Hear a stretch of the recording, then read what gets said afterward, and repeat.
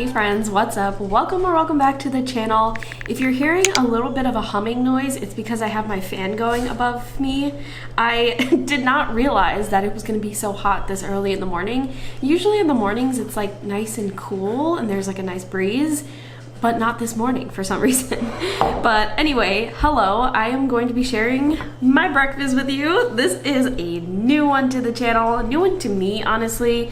I definitely don't do this on the regular, if you probably haven't been able to tell, but this is a blueberry muffin, y'all. I'm having a sweet breakfast today, and a very sweet one at that. So yesterday I was actually off. Today is Tuesday, so yesterday was Monday, so I had a long weekend, and I decided, you know what? I have this box, like a box mix of blueberry muffins sitting in the kitchen. I haven't touched it in so long. I should really make these muffins. And the mix is from Trader Joe's. It's just their blueberry muffin mix, and the recipe on the box calls for eggs and milk and stuff like that. So I just made it vegan by adding just egg in replacement of the egg, of course, and then I used almond milk for the milk. The reason why I use just egg here, usually I'll just go for like a flax egg whenever I'm baking, but sometimes when I use mixes from Trader Joe's and I use a flax egg, it doesn't really work out that well. It starts to crumble, and I feel like the flax egg might not be as binding as it should be, at least when it comes to Trader Joe's boxed mixes. So I used just egg. It came out perfectly. I did a TikTok on the whole process if you're interested, and I cut this in half so it doesn't look beautiful like it once did, but it's very fluffy. Everything is holding together really well. It is so freaking delicious. I highly recommend trying the one from Trader Joe's if you've never had it before. It's so good. It's like really soft and pillowy on the inside, but the outside, like on the top of the muffin, has a nice kind of crunchy exterior, almost like a sugary glaze kind of exterior, but it's not sugar glaze. It just has that texture. So when you bite into it, you get a nice like bite of slightly crisp, but also extremely soft and pillowy. I'm explaining all of this before even eating this, but I tried it out yesterday and it was really good. So anyway, I microwaved this for a couple of seconds so that it can get warm. I added vegan butter on top. My favorite way of enjoying a muffin, in my opinion, is putting vegan butter on top. The butter is from Miyokos, the hint of sea salt one. And then I made myself an iced cortado to go on the side of it because I feel like nothing goes better. I said that a lot in the past couple of minutes, but nothing goes better with a sweet pastry, especially in the morning, than a coffee. I prefer a hot coffee, but like I said, it is so freaking hot this morning. I don't even know why. So we went with iced. Oh wow, that hit the spot. That's like the first thing that I had for the day. Whew, strong coffee. And let's have a bite of this muffin, shall we? Let me see if I can pick it up without it getting completely wrecked. So you could see the little butter on top. Oh my god. I did not have this with the butter yesterday. I just had a piece right out of the oven just to make sure that it tasted good. The butter makes it 10 times better. The butter makes it. I'm not even joking. It's because the muffin, of course, is just naturally super sweet. So when you put just a little bit of that nice salty butter with it, perfect combination of salty sweet, y'all. I'm telling you, I am really making experiments on this channel for you guys to try out some salty sweet combinations. This is so good. So much better than like the boxed mix that I used to make when I was younger. My mom used to get like a really tiny looking box. I can't remember the brand of that, but this is like 10 times better. I also really like that this box mix didn't just have the dried berries in it. The first thing on the instructions was to soak the dried blueberries so that they get nice and plump again. I really like that because you usually don't see that with box mix. That extra detail made it even better. Like, I don't do these sweet breakfasts that often, but when I do, out of this world. So good. Gotta try that Trader Joe's mix. I was also saying this in my TikTok. You can actually just go check the TikTok out so I'm not repetitive, but I was talking about like my favorite blueberry bagels as well. So if you're interested in hearing about that, New York City rec, it is on my TikTok.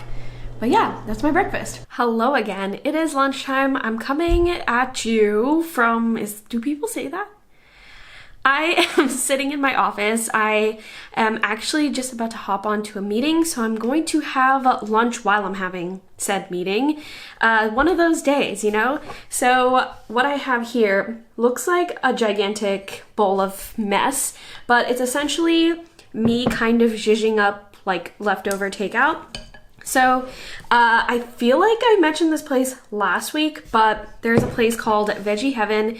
There are multiple locations, and it's essentially a 100% vegan Asian restaurant, and they have such large variety of meals.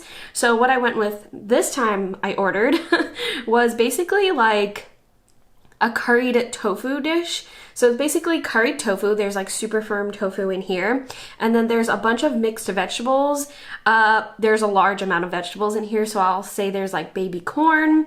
I think there's peppers, radishes, carrots, snap peas, a lot of vegetables. And then it's like in a curry sauce, but it's a curry sauce that's pretty unique, I would say. It's not similar to Caribbean or West Indian kind of food or South Asian kind of food. It's something very unique, but I really, really like it. I like how they do it at Veggie Heaven. So I got that dish, and it usually comes with rice, but I gotta hand it to you guys. It's weird, but I really am not a huge fan of rice.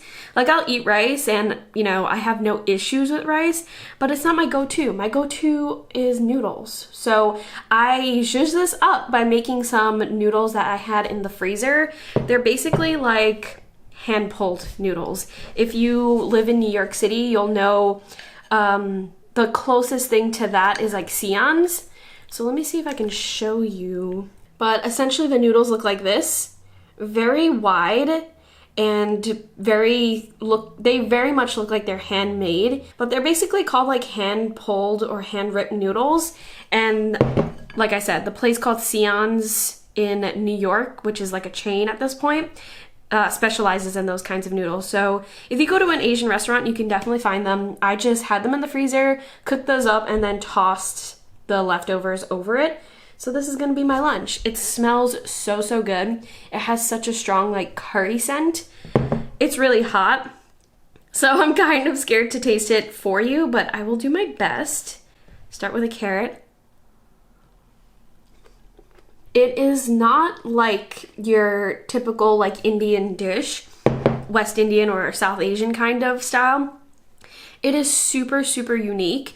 And I don't know if it's unique to Veggie Heaven, the way that they make it, or if it's unique to other areas of Asia where they use like curry powder and those kinds of seasonings, but it's a lot more subtle, is the best way that I can explain it. There is a lot less spice, like spicy spice, but also it is kind of muted. I don't know if they use a sort of like a coconut milk or something to mute down that really strong curry flavor.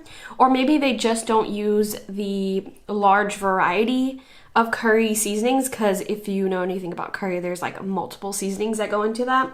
So I'm not sure what it is, but it is muted in a way that like I can eat a whole bowl of this and my tongue won't burn. And it's subtle. I don't know. I really like it. Hello again. It is time to tell you about dinner. I didn't have any snacks today, or at least not at this point, because my lunch was super, super filling. Those noodles really, I'm still stuffed and it's been hours, but for dinner, I'm going to be making something really, really simple. It's just a pasta dish. I'm making a pesto chicken, vegan chicken, of course, penne. So I have some penne here. It's from Banza. If you are not new to the channel, you know I always default to the banza pasta. I think it's really, really good. Pretty close to the real thing, honestly, depending on the shape that you get. So the penne is really good. I do like it. And then I'm not gonna make pesto from scratch just because I didn't wanna spend that much money on basil at the farmer's market. So I just got a store-bought one. This one is really good. It's from the brand Le Grand. Power of Plants. Like, I'm not a fan of pestos that are made out of kale. I don't know what it is, but to me, it's not my favorite. So I'm always looking for a vegan pesto that is not kale based, and this one checks all those boxes. It's really good. It tastes exactly like the pesto I remember it from my non-vegan days. And then the chicken that I'm going to use, the vegan chicken, is from Skinny Butcher. They sent me like a bunch of their products to try out, and they have been super, super delicious every single time. So I'm sure this is going to be great. This one specifically is the chicken breasts, which look very similar, at least from the packaging, to their chicken patties for sandwiches. So I'm assuming it's going to be the exact same thing, maybe. But these just go into the oven. They get really nice and crispy. The breading on it is what makes it so dang good. But after I bake it in the oven and they look like fillets, I'm going to dice them up so that they look like chicken strips, and then I'm gonna put it on top of the pesto pasta. So it's a really, really easy recipe. This is something that I like to do during the weekdays when I have a busy day ahead of me. And yeah, it's probably gonna take no more than 20 minutes to make this. So you're gonna see it on the screen right now. I am almost positive it's going to be incredible. I kind of wish that I had like vegan Parmesan so that I can sprinkle it on top. I am heading to the grocery today, so maybe I'll do that and you might see it in the B-roll. But yeah, that is all for today's video. Oh, actually, before we leave today's video, I do know that I'm gonna end up having a snack. I made a few snacks for the week, just to try out a new recipe, but also we've been trying to have a bit of a protein-rich snack after our workouts because we've been working out every single day, we as in Ian and I. So let me show you that. These are essentially just overnight oats. I made the recipe from a cookbook that I just recently got. It's the cookbook called Plant You. So this is the latest cookbook in my collection of cookbooks, and there are a lot of overnight oat recipes in here that are super, super simple. So I went with the peanut butter and jelly overnight oats. That's what this is. The peanut butter is peanut butter. The jelly is the jelly, quote unquote, are sliced strawberries, and then I tweaked the recipe by adding a little bit of vegan yogurt from Kite Hill and a little bit of protein powder from Ritual, which is vanilla flavored. So it has the texture of pudding almost. It's really, really good. I'm only gonna eat half of this because this is a gigantic jar, but this is going to be my post-workout snack at the end of today. But that is all for this week's video. Thank you so much for being here, and I'll talk to you in next week's video.